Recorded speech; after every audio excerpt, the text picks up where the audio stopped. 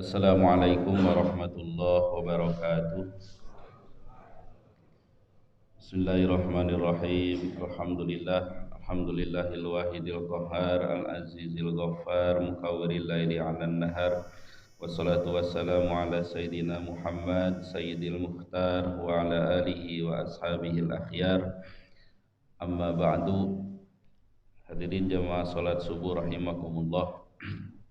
Alhamdulillah, puji dan syukur kita panjatkan kehadirat Allah Subhanahu wa taala atas karunia nikmatnya kita bisa melaksanakan salat subuh dengan berjamaah.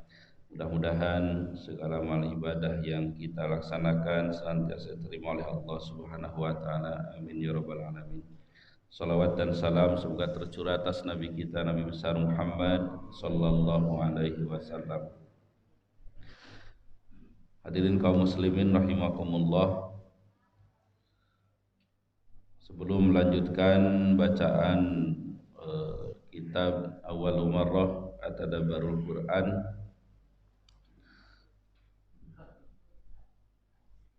ada yang mengganjal kemarin waktu bulan yang lalu, ada sesuatu yang saya salah membacakan, yaitu perkataan Aid Al-Qarni.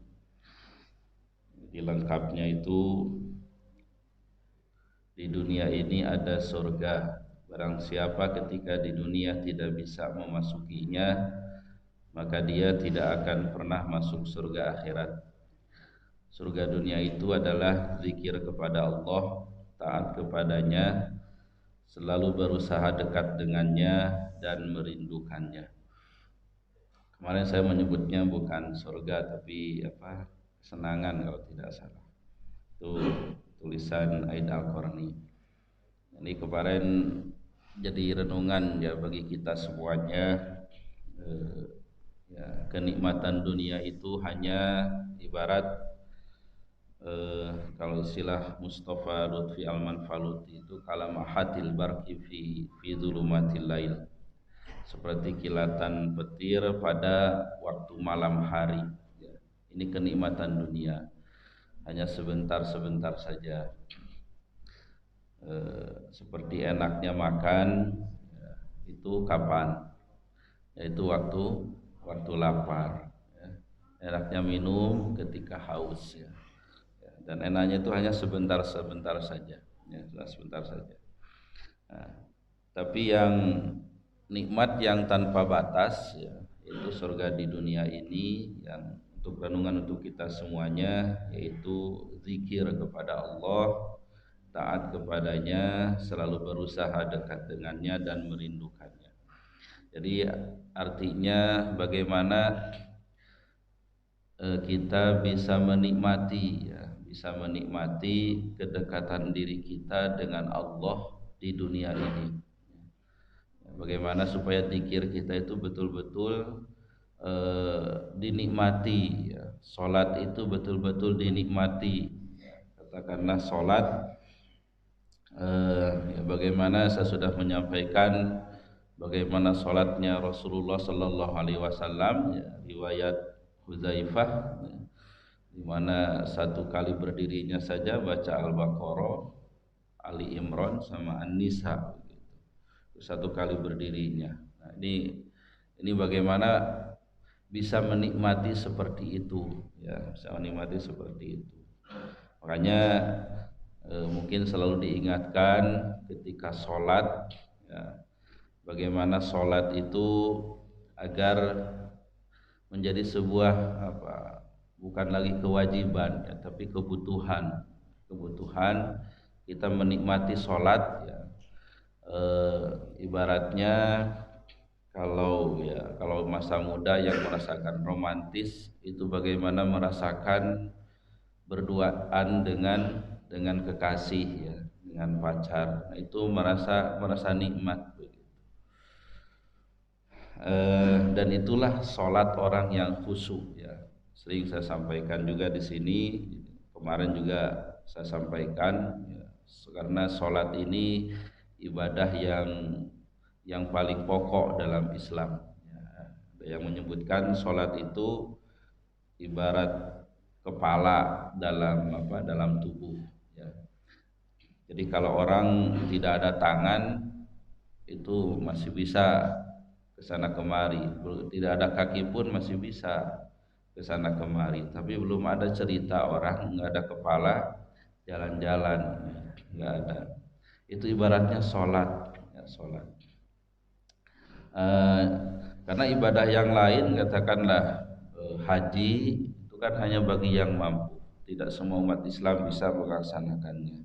Zakat juga sama, ada nisabnya. Yang tidak sampai nisab tidak melaksanakan zakat. Begitu juga puasa bagi yang mampu ya. Yang tidak nanti apa bayar qadha atau fidyah. Tapi kalau sholat tidak, ya sholat tidak apa namanya mau lagi apa namanya sakit atau tidak ya tetap wajib sholat ya, dengan tata caranya tersendiri ya. Tidak bisa berdiri sholat sambil duduk ya. Tidak bisa sambil duduk sambil berbaring dengan menggerak-gerakkan tangan ya. Tidak bisa gerak-gerak tangan dengan isyarah mata begitu. Tidak juga dengan isyarah mata sholat dengan hati.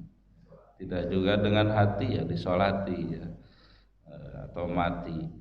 Itu wajibnya sholat. Dalam perjalanan ada rukhsah bisa jama qasar ya. Kemudian ada tata cara sholat di perjalanan. Itu sholat tidak bisa ditinggalkan ya.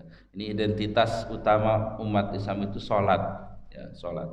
Dan dalam Al-Quran orang yang sholat itu hanya dua saja ya.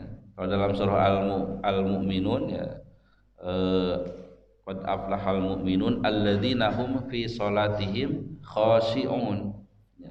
Orang yang beriman yang berbahagia itu yang sholatnya itu khusyuk. Nah, sholat yang kedua yaitu sholatnya orang munafik ya. Orang munafik itu gambaran dalam Al-Quran itu idza qamu ila sholati qamu kusala. Kalau Musa itu malas, malas. Kemarin sudah saya sampaikan hadisnya kemalasan orang munafik itu digambarkan tilkas sholatul munafik yuraqibu samsa hatta baina qarnai syaiton fanaqaraha arba'an wa la yadhkurunallaha illa qalila atau kama qala sallallahu alaihi wasallam. Itulah salat orang munafik, dia menunggu sampai matahari di antara dua tanduk setan, yaitu ketika terbit dan ketika terbenam. Ketika sampai itu bahasanya itu nakoro. Nakoro itu mematok 4 kali katanya bahasanya. Jadi sholatnya itu cepat. Jadi tandanya orang munafik itu menunda-nunda waktu sholat ya. Tidak ada uzur, ya, tapi diantar-antar begitu ya. Kemarin gambarannya sudah saya sampaikan ya. Jadi ada istilah kalau orang yang taat itu sholat tepat waktu ya. Kalau orang munafik itu sholat mencari waktu yang tepat gitu. Jadi mau-maunya dia kapan. Yang kedua cepat sholatnya itu dia tidak khusyuk. Kembali lagi ke pokok masalah, yang orang yang khusyuk itu bisa menikmati sholatnya ya, tidak buru-buru ya. Karena orang yang buru-buru sholat itu kategorinya musi'us sholah ya. Orang yang jelek sholatnya disebut juga pencuri ya. Pencuri yang paling buruk itu pencuri sholat, itu yang hilang tumak ninah ya, yang hilang tumak ninah. Makanya luar biasa ada yang taraweh berapa 23 rakaat 7 menit selesai. Nggak tahu itu contohnya dari mana, tapi memang ada aliran-aliran ya yang memang kita juga harus tahu itu ada begitu.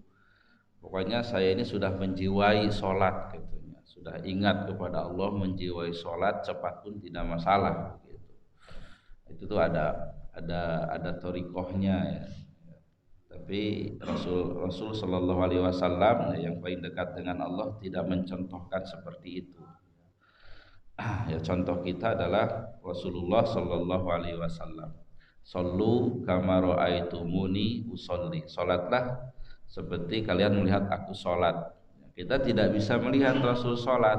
Yang sampai kepada kita adalah hadis-hadis tentang salat. Sedikit ya tentang masalah khusyuk ini, para ulama menyampaikan agar kita bisa khusyuk, bisa menikmati sholat. Yang pertama, kita paham akan apa yang kita baca, ya, paham yang kita baca. Terutama kemarin sudah saya sampaikan bagaimana ketika kita membaca ya surah Al-Fatihah, iyyaka na'budu, ya, jadi ada peralihan konteks ya, bahasanya bahasa balaghahnya itu iltifat dari orang ketiga menjadi orang kedua ya. Ini diulang-ulang biar ingat ini. Kayaknya wajah-wajahnya wajah-wajah lupa ini ya. Jadi bayangkan saja, alhamdulillahirabbil alamin, segala puji bagi Allah zat yang memelihara alam semesta. Kan disebut orang ketiga tuh. Ar-Rahmanir Rahim, yang maha pengasih lagi maha penyayang. Maliki Yaumiddin, yang menjadi raja di hari pembalasan hari kiamat. Iyyaka na'budu, hanya kepada Engkau kami mengabdi dan hanya kepada Engkau kami minta pertolongan. Tahu nih, terasa enggak perubahan peralihan konteks kalamnya ini? Yang gaib menyebutkan kebesaran Allah, tiba-tiba yang maha besar itu ada di depan kita, menjadi mukhatab orang kedua. Iyyaka na'budu wa iyyaka nasta'in. Nah inilah pentingnya kita memahami apa yang kita baca itu paham gitu. Ya. Yang kedua yang menghadirkan Allah, makanya ihsan itu ya, anta'budallah ka'annaka tarahu fa illam takun tarahu fa innahu yaraka. Beribadahlah kepada Allah seakan-akan kau melihat Allah, dan kalau tidak bisa seperti itu, Allah itu pasti melihat kita. Kita ini merasa dilihat oleh Allah. Kemudian salah satunya lagi agar kita bisa khusyuk, itu ingat kematian ketika sholat. Hadisnya banyak ya tentang ini. Udhkurul mauta fi sholatika fa inna rajula idza dzakara al mauta fi sholatihi la hariyun ayyuhsina sholatahu. Ingatlah kematian dalam sholatmu, karena kalau orang ingat kematian dalam sholat, dia akan memperbaiki sholatnya. Dalam hadis lain, idza qumta fi sholatika fasholli sholata muwaddi. Kalau engkau mau sholat, maka sholatlah seperti sholat yang terakhir kali. Sekarang kan kita tidak akan sholat lagi karena kita akan meninggal dunia. Jadi ingat kematian ketika sholat ya. Sehingga ketika kita menghadirkan semuanya, ingat Allah, ingat kematian ya, itu akan terasa ya kebesaran Allah, kecilnya kita, nikmatnya sholat ya. Ketika kita terakhir mau salam ya, kita kan ada sunnah beristiadzah, minta perlindungan kepada Allah dari siksa kubur dan api neraka. Allahumma inni a'udzubika min adzabil qabri wa min adzabin nar wa min fitnatil mahya wal mamat wa min fitnatil masiihid dajjal. Nah, ketika itu kita ingat begitu, ingat kita akan mati, ingat kemahabesaran Allah, ingat kalau seandainya kita mati ini langsung kita menghadapi kubur ya, dan di akhirat itu ada siksa neraka, sehingga kita betul-betul merasakan siksa kubur itu seakan-akan sudah di depan mata, neraka itu di depan mata, sehingga kita sungguh-sungguh memintanya kepada Allah. Nah ini para ulama menyampaikan bagaimana agar sholat kita itu khusyuk, salah satunya seperti itu. Mudah-mudahan ya sholat kita ini tergolong sholat orang yang khusyuk ya, bukan sholatnya orang munafik ya. Taib, ini yang kemarin diulang ya. Jadi marilah kita terus berusaha menikmati ibadah-ibadah ini ya. Karena kalau kita mengejar dunia ya, dunia itu hanya sebatas, ya itulah nikmatnya hanya sebentar-sebentar saja. Kemudian saya pun kalau bacaan ini lupa sampai mananya. Cuma kemarin ada bapak yang terakhir kalau nggak salah pertanyaan bagaimana kita supaya merasakan kebesaran Allah atau apa, saya lupa itu. Ada yang masih ingat mungkin? Eh ya, baik, untuk itu ya, sebelum kita melanjutkan bacaan, sebenarnya masih inilah saya mau membaca eh, tafsir ya dari surah Al-Fatihah, tafsir sekaligus tadabbur dari surah Al-Fatihah. Yang paling utama insya Allah kita coba membahas isti'adzah ya. Isti'adzah, minta perlindungan kepada Allah dari setan. Kemudian bahas makna bismillahirrahmanirrahim dan alhamdulillahirabbil alamin. Ini mudah-mudahan jadi tadabbur untuk kita semuanya ya, karena tiga kalimat ini kalimat yang sering digunakan sehari-hari ya. Isti'adzah itu sering ya, kita sunnah masuk kamar mandi itu minta perlindungan ya, salah satunya ya, minta perlindungan kepada Allah dari godaan setan ya. Allahumma inni a'udzubika minal khubusi wal khaba'is. Ya, ini diingatkan ya, hal-hal yang sepertinya kecil ya, tapi ketika saya sering menyampaikan hal yang kecil tapi pakai ilmu ya, itu jadi ibadah, jadi amal kebaikan ya. Masuk kamar mandi saja bagi yang berilmu, yang beriman ya, ada banyak kebaikan begitu, banyak sunnah di situ. Pertama masuk kaki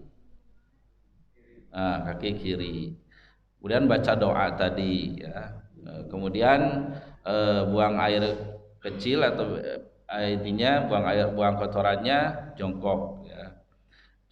Kemudian ada istibro ya. Istibro itu mengupayakan supaya kotoran itu keluar semua dengan berdehem ya, atau diurut ya kecil.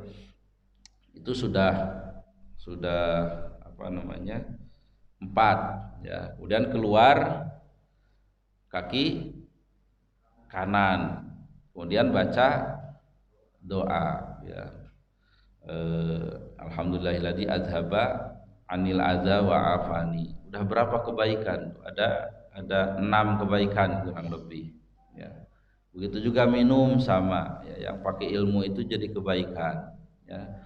Minumnya dengan tangan kanan, kemudian baca bismillah, kemudian di apa bahasanya yang muso itu, seteguk-seteguk begitu, tidak digelegek minum itu sunnah ya, 3. Kemudian berapa, minum juga ada sunnahnya, itu sunnah yang lainnya ada dalam hadis itu duduk ya, tidak berdiri. Nah, 4. Setelah duduk baca setelah minum baca alhamdulillah. Udah 5 kebaikan yang pakai ilmu ya.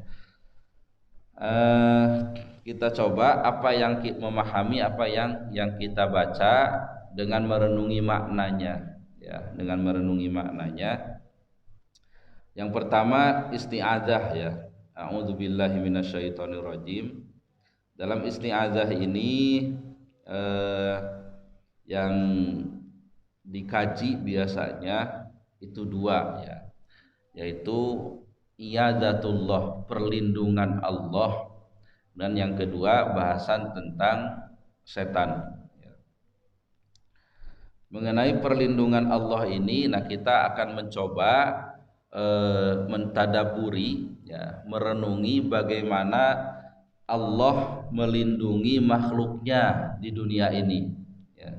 Kita mencoba merenungi itu ya, karena dalam Al-Qur'an banyak sekali ayat-ayat yang kita mengajak ya, yang ayat itu mengajak kita untuk merenungi kebesaran Allah, bagaimana Allah melindungi makhluknya terutama manusia di dunia ini ya.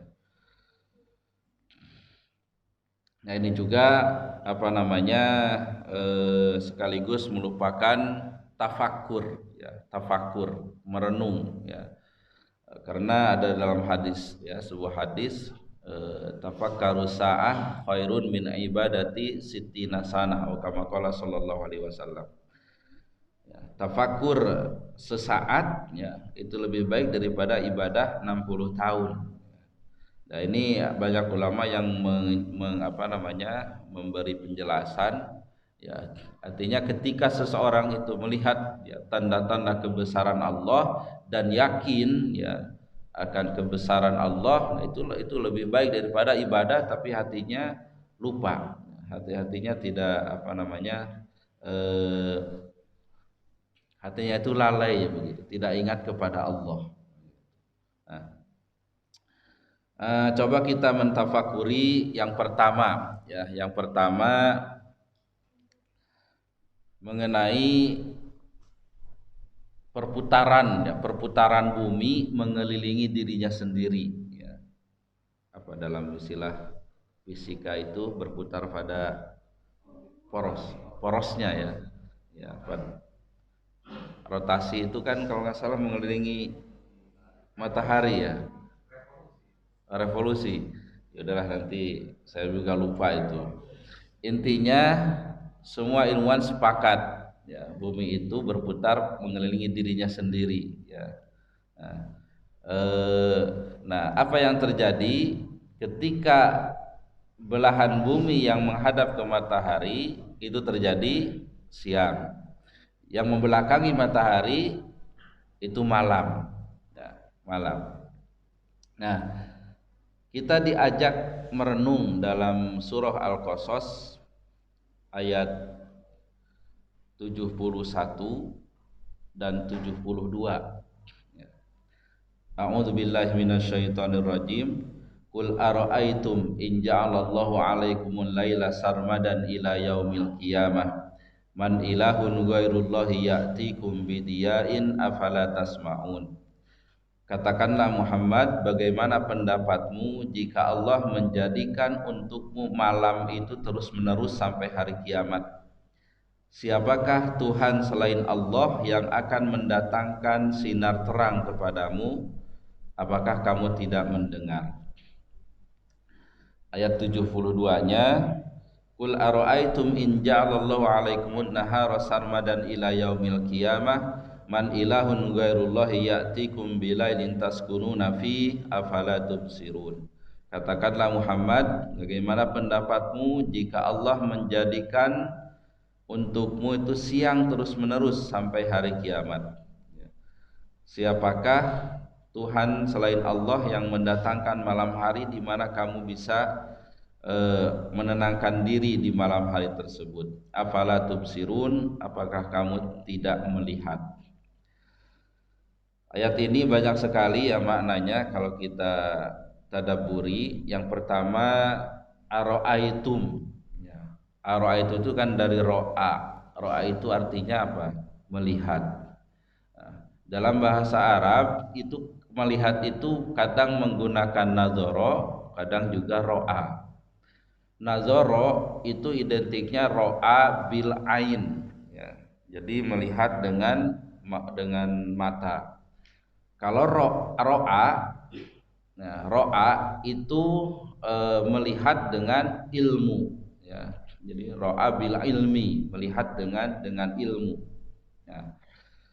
Ini bahasa, ya, sisi bahasa. Ternyata dari pemahaman ini saja itu melahirkan berbagai macam permasalahan, terutama dalam fikih, ya. Dalam fikih salah satunya, ya, ini dari ro'a saja, ya, ro'a bil ilmi, yaitu masalah hilal, ya, yang sampai sekarang, ya, kadang tidak bisa, kadang ada berbeda, ya, penetapan hilal, ya, 1 Ramadan atau 1 Syawal ini.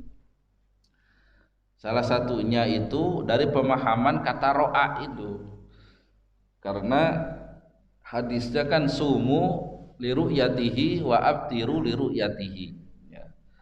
Berpuasalah karena melihat hilal dan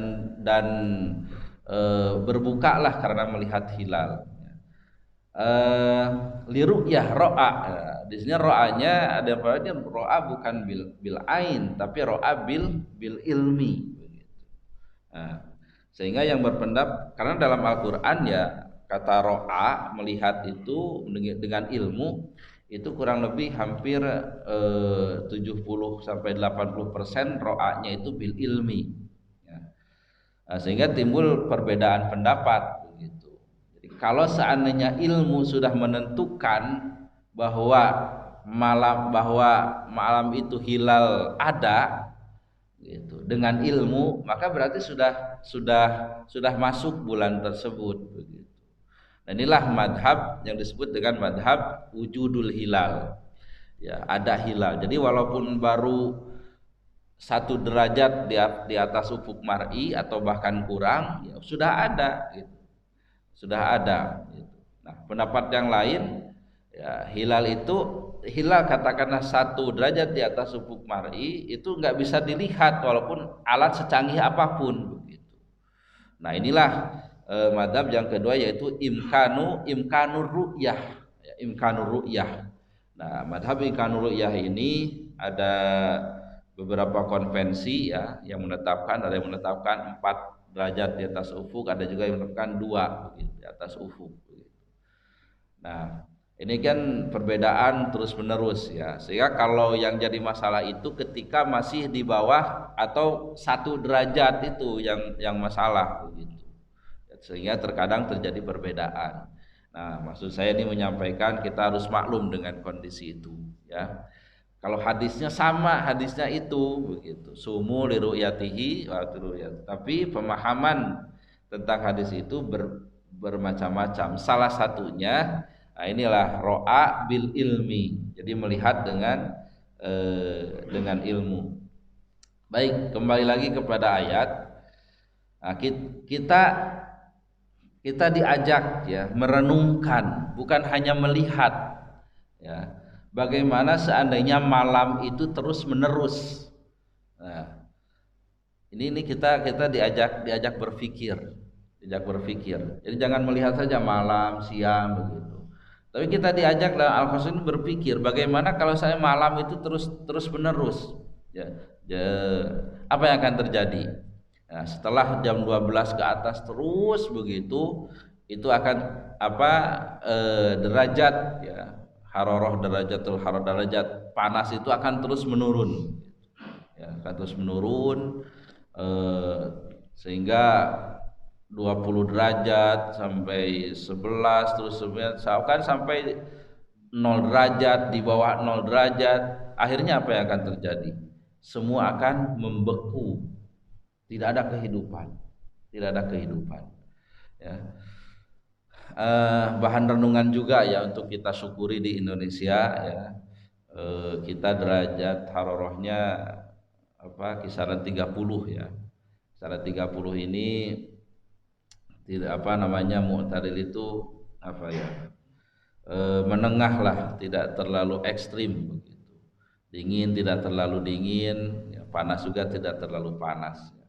Tapi di negara-negara lain ya, di Afrika, Eropa, di Timur Tengah itu yang padahal tidak sampai 0 derajat pun sudah dingin sekali begitu. Ya, di Sudan katakanlah 11 derajat saja sudah dingin sekali. 11 sampai 9, paling rendah itu biasa 9. Ya. Nggak tahu ya kalau video benar atau tidaknya ya, air yang keluar dari paralon itu campur es begitu saking dinginnya. Dan kita merasakan memang ya, jam 12 itu air itu kayak es jam 12 siang padahal begitu ya. Kita pun kadang malas mandi ya. Ada yang teman-teman itu 4 hari enggak mandi ya. Tapi di rumah-rumah itu memang ada heater ya, ada pemanas. Nah, itu kita diajak merenung itu bagaimana kalau malam terus menerus sampai membeku seperti itu. Siapa Tuhan selain Allah yang mendatangkan cahaya ya. Dan afala tasmaun, apakah kamu tidak mendengar? Nah, ini juga kalau kita sisi bahasa ya, Kok afala tasmaun, sementara di ayat 72-nya afala tubsirun begitu. Nah, ini kan berbicara malam. Nah, malam itu kan karena gelap identiknya dengan pendengaran gitu. Apakah kamu tidak mendengar? Ya, posisinya kan gelap, bicara tentang malam begitu. Sementara di ayat 72 berbicara tentang siang. Makanya afala tubsirun, apakah kamu tidak melihat begitu. Nah, ini juga salah satu kemukjizatan Al-Qur'an yang sisi bahasa itu antara kalimat pertama dan terakhir itu sinkron begitu ya. Ya ini harus kita baca tafsir, banyak merenungkan makna ya. Katakanlah kalau di sini ayatnya Sami'un Alim, di sini Ghafurur Rahim, di sini Azizun Hakim, kok beda-beda begitu, tidak sama. Nah, itu sesuai dengan konteks pembicaraan ayat tersebut begitu. Nah, itulah apa namanya Al-Qur'an. Kemudian ayat 72-nya ya, bagaimana kalau seandainya terjadi siang terus-menerus, ya kita diajak merenung itu. Ya, apa yang akan terjadi? Terus akan terjadi pemanasan. Ya, pemanasan, semua akan panas ya, darah pun juga mungkin akan panas mendidih ya, semua akan terbakar ya. Dan tidak ada kehidupan ya, tidak ada kehidupan ya. Kalau yang negara ya, karena saya sempatnya di Sudan ya agak lamanya, bagaimana panasnya di sana sampai 45 aja sudah panas banget. Bahkan ada mobil ya nggak diapa-apain langsung terbakar aja karena panasnya cuaca, Eh, itu kalau terjadi siang terus menerus. Nah, atas perlindungan Allah, Allah memutar bumi ini ya, sehingga sebagian ya terkadang menghadap matahari kemudian beralih membelakangi matahari, sehingga terjadi pergantian waktu siang dan malam. Nah, inilah caranya Allah apa namanya melindungi manusia, melindungi makhluknya ya. Dan bagaimana apa namanya Allah memutar apa namanya bumi ini yang sebegitu besarnya ya, itu dengan kekuasaan Allah Subhanahu wa taala ya.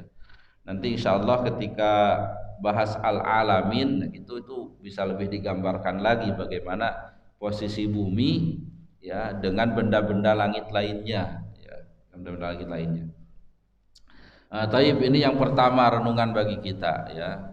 Ini keadaannya sehari-hari ya, siang malam, tapi kita tanpa merenungkan itu begitu. Itu apa yang terjadi siang malam itu begitu. Ya, dan bagaimana Al-Qur'an mengajak kita bagaimana kalau siang terus-menerus, bagaimana kalau malam terus-menerus. Nah, sehingga ketika melihat siang malam aja ya, orang yang bertafakur itu oh ini kebesaran Allah Subhanahu wa taala. Ini perlindungan Allah kepada makhluknya. Kemudian di antara perlindungan Allah kepada makhluknya yaitu ya jarak antara benda-benda langit ya. Allah bersumpah fala uqsimu bimawaqi'in nujum.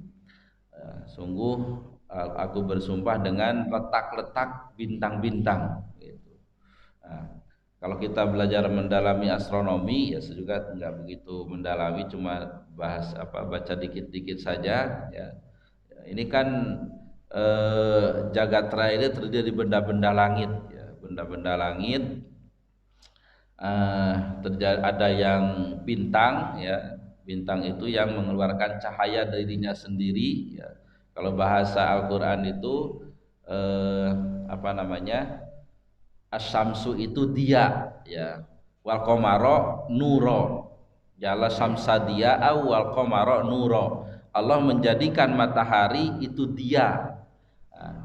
Asal artinya dia itu bercahaya begitu. Nuron juga bercahaya juga. Tapi kok dibedakan, matahari bahasa Arabnya itu dia, sementara bulan nuro gitu. Dua-duanya bercahaya. Nah, ternyata memang menurut ya ilmu ya, Matahari itu mengeluarkan cahaya dari dirinya sendiri ya. Makanya dinamakan jenisnya bintang begitu. Sementara bulan mengeluarkan cahaya itu karena pantulan dari cahaya matahari, tidak mengeluarkan cahaya sendiri begitu. Nah, ini menariknya apa namanya Al-Qur'an berbicara masalah ilmu ya. Salah satunya ilmu astronomi begitu. Nah, jadi benda-benda langit itu ada bentuknya batuan ya, asteroid ya, bintang ya, satelit dan sebagainya ya. Nah, itu semua kalau dalam surah Yasin la syamsu yang bagi kalau ayat sebelumnya itu kan wasyamsu tajri limustaqarril laha dzalika taqdirul azizil alim wal qamara qaddarnahu manazila hatta ada kal urjunil qadim. La syamsu yang bagi antudrikal qamara walal lailu sabiqun nahar wa kullun fi falaki yasbahun ya. Jadi bahasanya wasyamsu tajri, matahari itu tajri berjalan begitu ya. Ya. Kemudian ya panjang ayatnya terakhir itu wa kullun fi falaki yasbahun. Semua di jagat raya ini banyak yang menerjemahkannya itu beredar ya. Kemarin saya sudah bahas kalau nggak salah di sini ya. Sabiha itu artinya berenang ya. Sabiha itu masbah itu kan kolam renang ya. Kok disebut pakainya sabiha begitu, yasbahun, benda-benda itu berenang begitu. Ternyata yang ada di antara benda-benda langit itu yaitu itu namanya aether ya. Aether itu terdiri dari unsurnya H2O2 ya, hidrogennya 2, oksigennya 2. Jadi unsur airnya sama dengan unsur udaranya. Ya, sehingga karena ada unsur air seakan-akan disebut berenang begitu semuanya. Nah, jadi semuanya itu bergerak semua begitu, bergerak semua.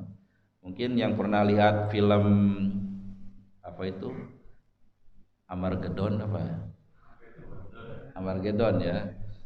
Nah itu tuh bagaimana bergeraknya benda-benda langit itu kan. Ceritanya kan ada asteroid atau apa yang mau nabrak bumi kan, terus mau dihancurkan gitu kan. Ya yang gitu-gitulah. Tapi itu betul, itu gambaran ya dari ilmu astronomi begitu. Bahkan ada siapa artisnya itu yang lagi berdiri di bintang apa, kayak ada yang mau ini gitu kan, sampai dia merunduk gitu. Karena semua bergerak begitu. Nah, itu oleh Allah Subhanahu wa taala jaraknya itu ya konstan, jadi tetap begitu. Karena kalau terjadi perubahan jarak, ya katakanlah matahari dengan bumi terjadi mendekat atau menjauh, ya kalau mendekat jelas pasti akan terjadi pemanasan, kalau menjauh akan dingin gitu. Nah, ini udah stabil gitu. Dengan bulan saja ya, ketika terjadi gerhana bulan penuh itu full moon itu kan terjadi itu biasanya badai di laut itu ya, karena itu terlalu mendekatnya bumi bulan ke bumi begitu. Nah, ini perlindungan Allah kepada kita ya. Jadi dijauhkan karena terjadinya kiamat nanti itu ya berbenturannya semua benda-benda langit ini begitu, sehingga semuanya hancur ya. Kemudian di antara perlindungan Allah juga kepada kita ya, yang mengelilingi kita ini udara ini lapisan pertamanya disebut dengan atmosfer ya. Ada berapa lapisan saya juga lupa itu. Dan ternyata dengan atmosfer itu bisa benda-benda langit yang jatuh ke bumi itu hancur begitu ya. Seperti komet atau apa ya yang banyak itu, dan meteor, dan ada sebagian yang masih ada bersisa katanya kayak di Rusia atau di mana itu. Nah, dan itu menurut para ahli tiap malam, tiap hari itu bumi itu selalu diserang dengan benda-benda langit itu, batuan-batuan langit itu ya.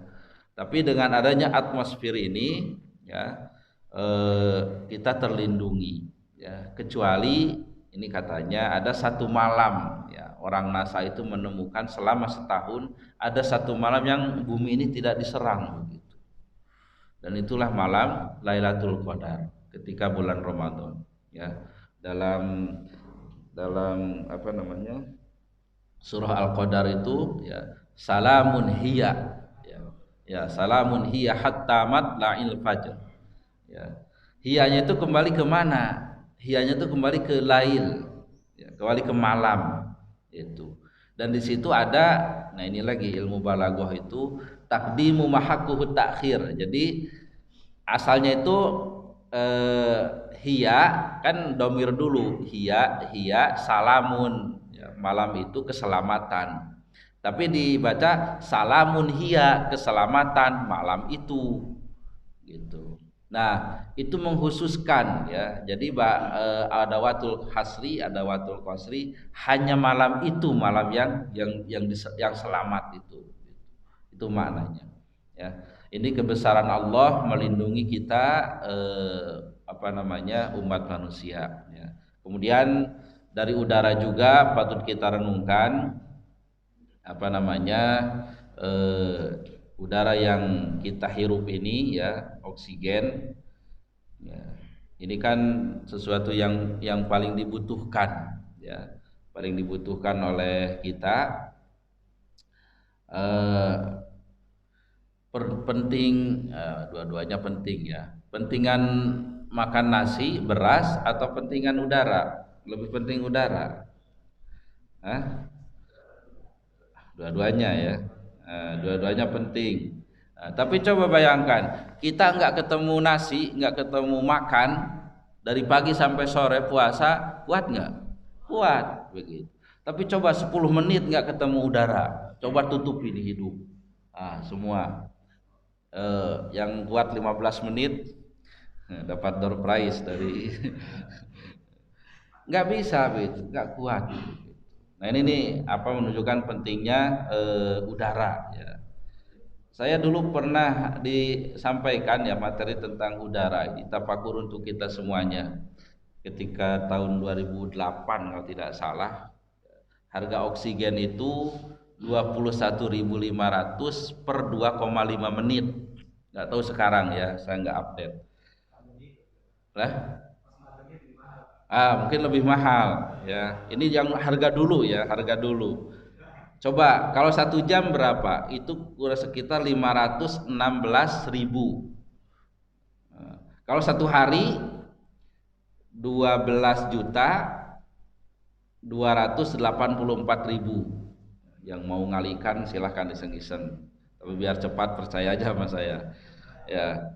Kalau 1 tahun itu kurang lebih 4 miliar 484 sekian. Itu udara kalau seandainya beli gitu ya 4 miliar setahun gitu. Adakah yang kuat bayar pajak 4 miliar setahun? Ini karunia dari Allah. Allah melindungi kita ya.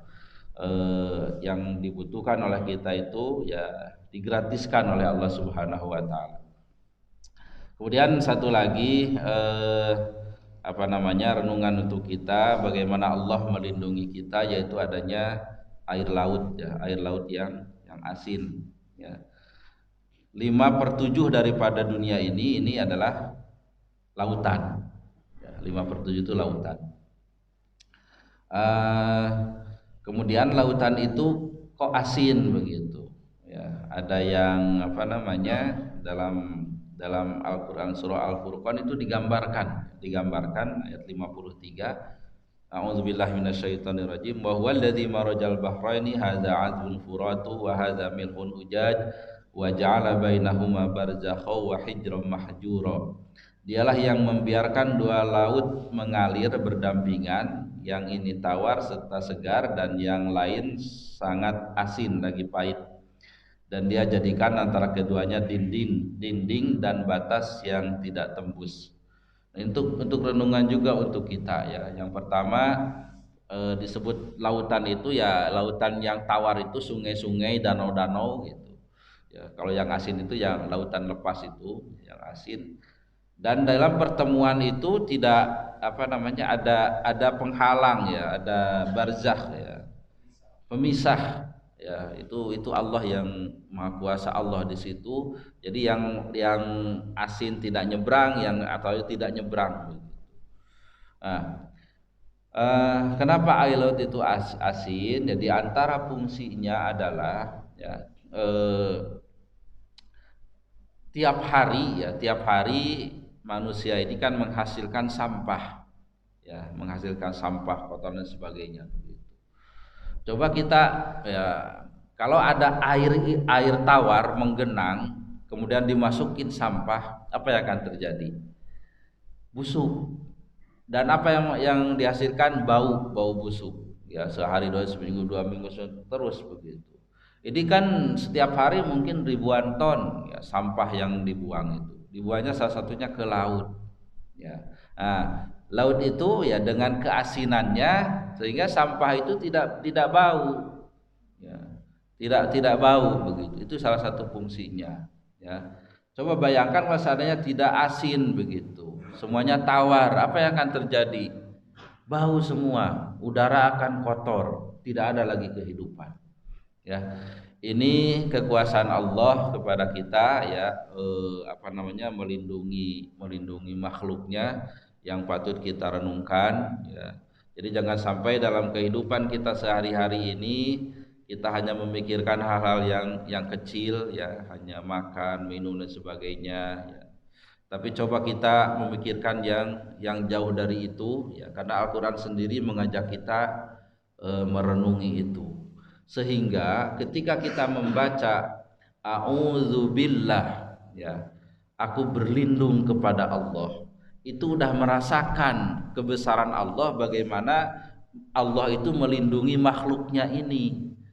Jadi udah dirasakan kebesarannya gitu. Nah, apalagi nanti ketika dibenturkan dengan setan ya, kita berlindung kepada Allah dari godaan setan begitu. Karena dalam hadisnya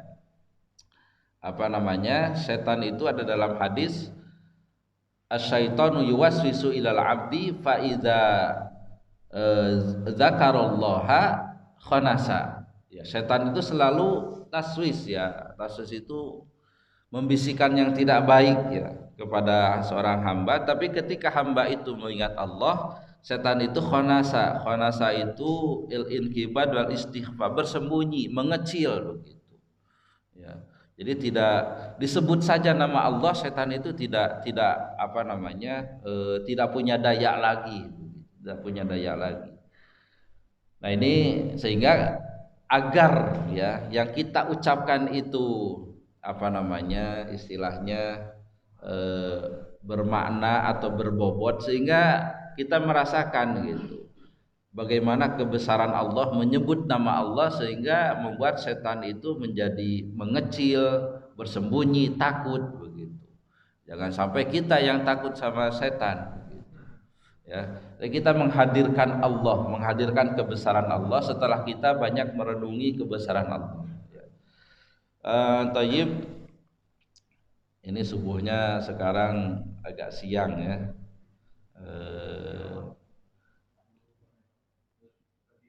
Ya lebih awal, ya, bukan siang, lebih awal ya, lewat 6. Ya, suruk kalau terbit 26 ya, jadi kita lebihkan 10 menit. Insya Allah nanti sebelum lanjut kitab ini ya sedikit mengenal bahasan tentang setan ya, walaupun mungkin ustadz-ustadz lain sudah menyampaikan, mungkin sudah tahu juga ya apa itu istilah iblis, ada istilah jin, ada istilah setan ya. Kemudian bagaimana perannya terhadap manusia, kemudian dia takut dengan karena kita ini posisinya ya, posisi tiap hari itu bertempur dengan setan begitu ya. Setan itu jelas Al-Qur'an menyebutnya itu adu mubin ya, jadi musuh yang nyata begitu ya. Tapi Al-Qur'an juga mengingatkan, ya, inna kaida syaitani kana dha'ifa. Sesungguhnya tipu daya setan itu lemah, begitu. Nah, itu harus jadi satu keyakinan. Beda, Al-Qur'an itu menyebutkan tipu daya perempuan, inna kaida kunna azim, ya. Tipu daya di mereka itu besar, begitu. Ya, godaan wanita itu daripada godaan setan. Itu bahasa Al-Qur'an, ya. Tapi posisinya, ya, ibarat petinju itu, Al-Qur'an menyebutkan fa innahu yaroka, ya. Jadi setan itu melihat kita tidak melihat setan. Jadi ibarat dua petinju, yang satu ditutup, ya, matanya, yang satu nggak ditutup matanya, gitu. Ya, itu akan terbayang siapa yang akan menang, begitu. Nah, itu pertempuran kita setiap hari dengan setan itu seperti itu posisinya. Al-Qur'an mengingatkan itu, begitu. Nah, insyaallah, ya, kesempatan berikutnya kita merenungkan tentang itu. Hari ini kita renungan kebesaran Allah Subhanahu wa taala, ya. Mudah-mudahan dengan renungan ini kita terus, merasa betul-betul Allah itu, ya, ada, Allah itu maha besar, Allah itu dekat dengan kita, sehingga dalam ibadah-ibadah kita itu, terutama diantaranya sholat, ya, berzikir, itu betul-betul ada perenungan, ada pemaknaan, sehingga kita merasakan kenikmatan ketika kita mengabdi kepada Allah Subhanahu wa taala. Ketika kita menyebut nama Allah, ya, ala bidzikrillahi tatmainnul qulub, ya. Dengan menyebut Allah hati itu menjadi tenang. Mudah-mudahan hal itu bisa tercapai oleh kita semuanya. Sebelum ditutup, barangkali ada yang mau menambahkan, atau mungkin ada hal-hal yang perlu diluruskan, atau mungkin ada pertanyaan, kita diskusikan.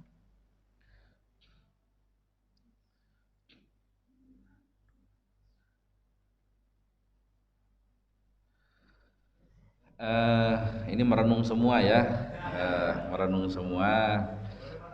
Oh ya, ya, jangan yang susah-susah tapi nanyanya, ya.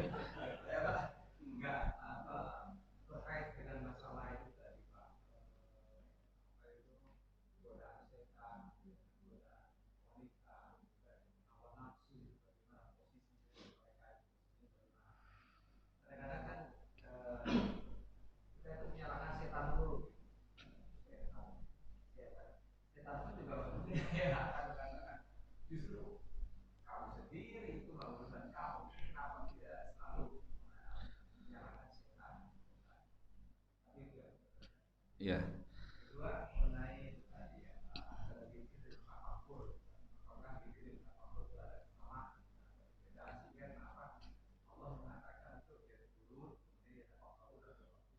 Ya. Ya.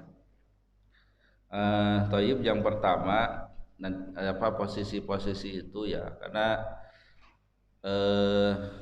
ada nafsu, ya, kita itu ada nafsu, ya, dan nafsu itu inna nafsala ammaratum bisu, ya. Nafsu itu cenderung kepada keburukan. Nah, ini potensi keburukan di kita, begitu. Tapi tetap Allah itu memberi dua jalan kepada kita. Makanya nanti ada bahasan di fawaid surah Al-Fatihah, faidah surah Al-Fatihah, itu ada macam-macam hidayah, ya. Ada hidayah hidayatut taufik, kemudian hidayatut tasbit, macam-macam lah. Jadi di situ manusia, ya, punya mukhayyar, jadi bisa memilih dua jalan itu. Dari situ ada potensi yang tidak baik, ada potensi baik. Nah, yang dapat hidayatut taufik, dia bisa berusaha menundukkan nafsunya. Taufik itu kan asal artinya wafaqo itu sesuai. Jadi sesuai antara keinginan dia dan keinginan Allah, begitu. Tapi di sini perlu usaha yang keras, begitu, ya. Makanya ada orang yang menyebutkan, kenapa kamu tidak sholat? Saya belum dapat hidayah, katanya, gitu. Nah, itu suatu ungkapan yang salah begitu. Karena yang hidayah itu kan macam-macam. Nyatanya hidayatul irsyad, hidayatul din.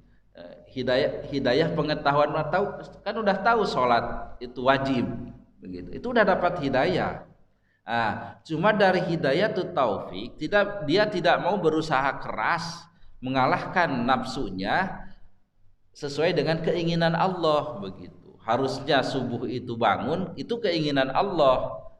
Ketika jiwanya itu ketika dibangunkan itu terus bangun langsung sholat, nah itulah orang yang udah mengupayakan dirinya keinginannya itu sesuai dengan keinginan Allah. Nah itulah orang yang dapat hidayatut taufik begitu. Nah, kemudian itu potensi yang pertama dari diri sendiri, kita ada potensi tidak baik. Yang kedua ada taswisus syaiton, godaan dari setan begitu. Sehingga kalau seandainya nafsu ini yang mendominan, ya bukan ketakwaan, ya lupa kepada Allah dan sebagainya, tambah lagi taswisus syaiton, maka yang terjadi itu adalah kemaksiatan. Ya, jadi itu adalah kemaksiatan begitu.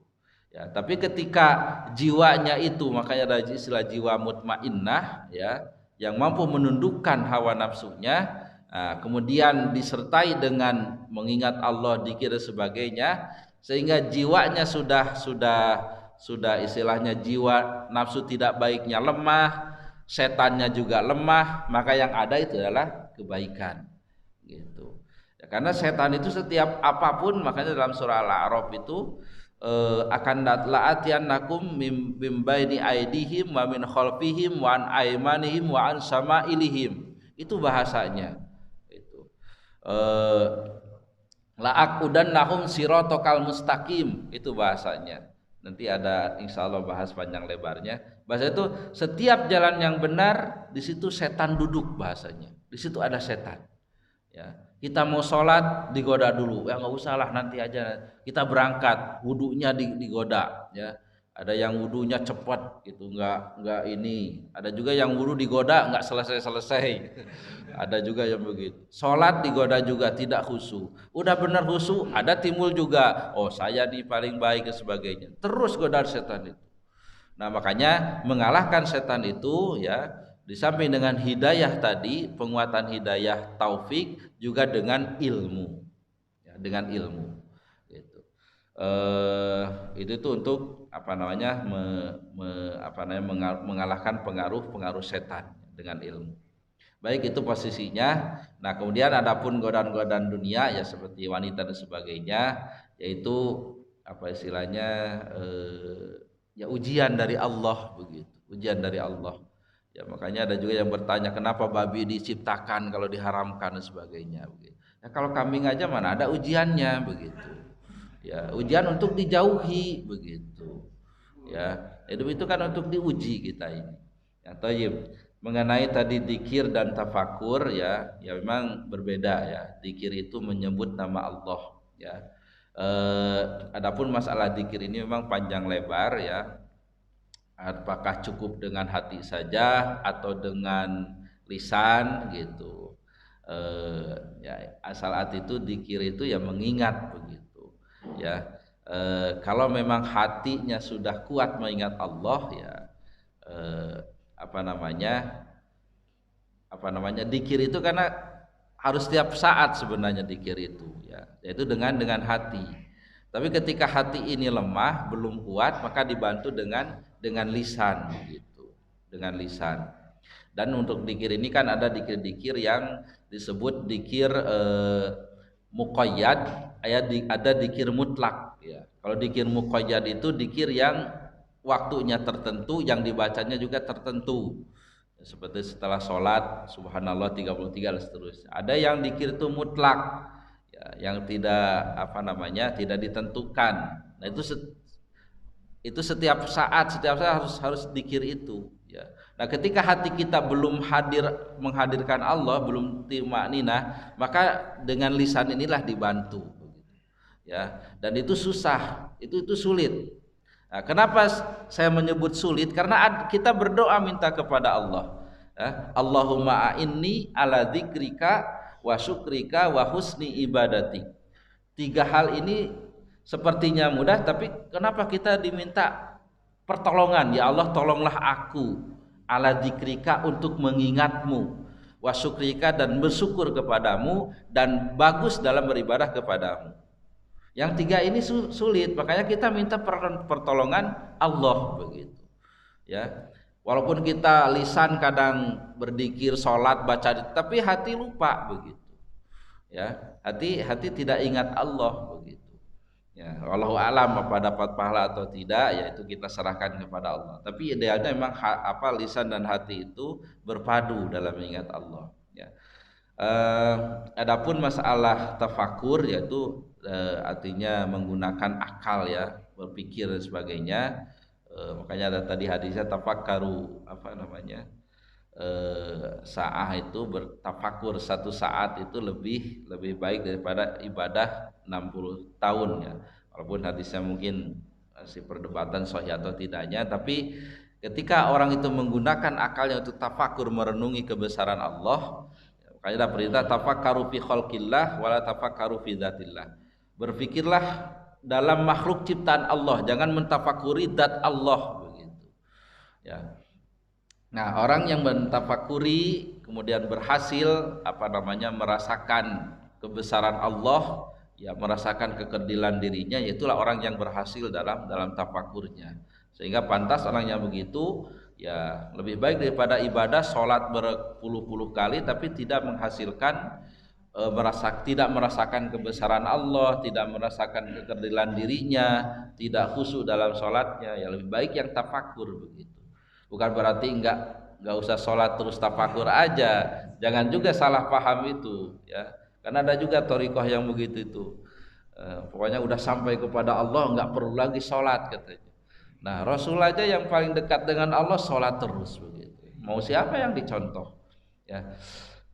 Thayyib, karena udah siang, insyaallah mudah-mudahan Allah memberi karunia kepada kita umur panjang, kesehatan. Mudah-mudahan kita bisa berjumpa lagi. Kita akhiri dengan doa, mudah-mudahan segala maksud baik kita dijabah oleh Allah Subhanahu wa taala. Li hadiniyah wa kulli niyatin shalih barakati al-Fatihah. A'udzubillahi minasyaitonir rajim. Bismillahirrahmanirrahim. Alhamdulillahirabbil alamin. Arrahmanirrahim. Maliki yaumiddin. Iyyaka na'budu wa iyyaka nasta'in. Ihdinas siratal mustaqim. Shiratal ladzina an'amta 'alaihim ghairil maghdubi 'alaihim waladdallin. Bismillahirrahmanirrahim. Alhamdulillahirabbil alamin hamdan yuwafi ni'amahu wa yukafi'u mazidah. Ya rabbana lakal hamdu kama yanbaghi li jalali wajhika wa 'azimi sultanika. Allahumma shalli ala Muhammad wa ala ali Muhammad. Allahumma ighfir lana dzunubana wa liwalidina warhamhuma kama rabbayana shighara. Allahumma ij'al jam'ana hadza jam'an marhuma wa tafarruqana min ba'dihi tafarruqan ma'suma. Rabbana hab lana min azwajina wa dzurriyyatina qurrata a'yun waj'alna lil muttaqina imama. Rabbana la tada' lana dhanban illa ghafartah wa la hamman illa farajtah wa la daynan illa qadaitah wa la maridan illa syafaitah wa la aiban illa satartah wa la hajatan min hawajid dunya wal akhirati illa qadaitah ya arhamar rahimin. Rabbana atina fid dunya hasanah wa fil akhirati hasanah wa qina adzabannar. Wa sallallahu ala sayyidina Muhammadin wa ala alihi wa sahbihi wa sallam. Subhana rabbika rabbil izzati amma yasifun wa salamun alal mursalin walhamdulillahi rabbil alamin. Subhanakallahumma bihamdika asyhadu an la ilaha illa anta astaghfiruka wa atubu ilaik. Alhamdulillahi rabbil alamin. Assalamualaikum warahmatullahi wabarakatuh.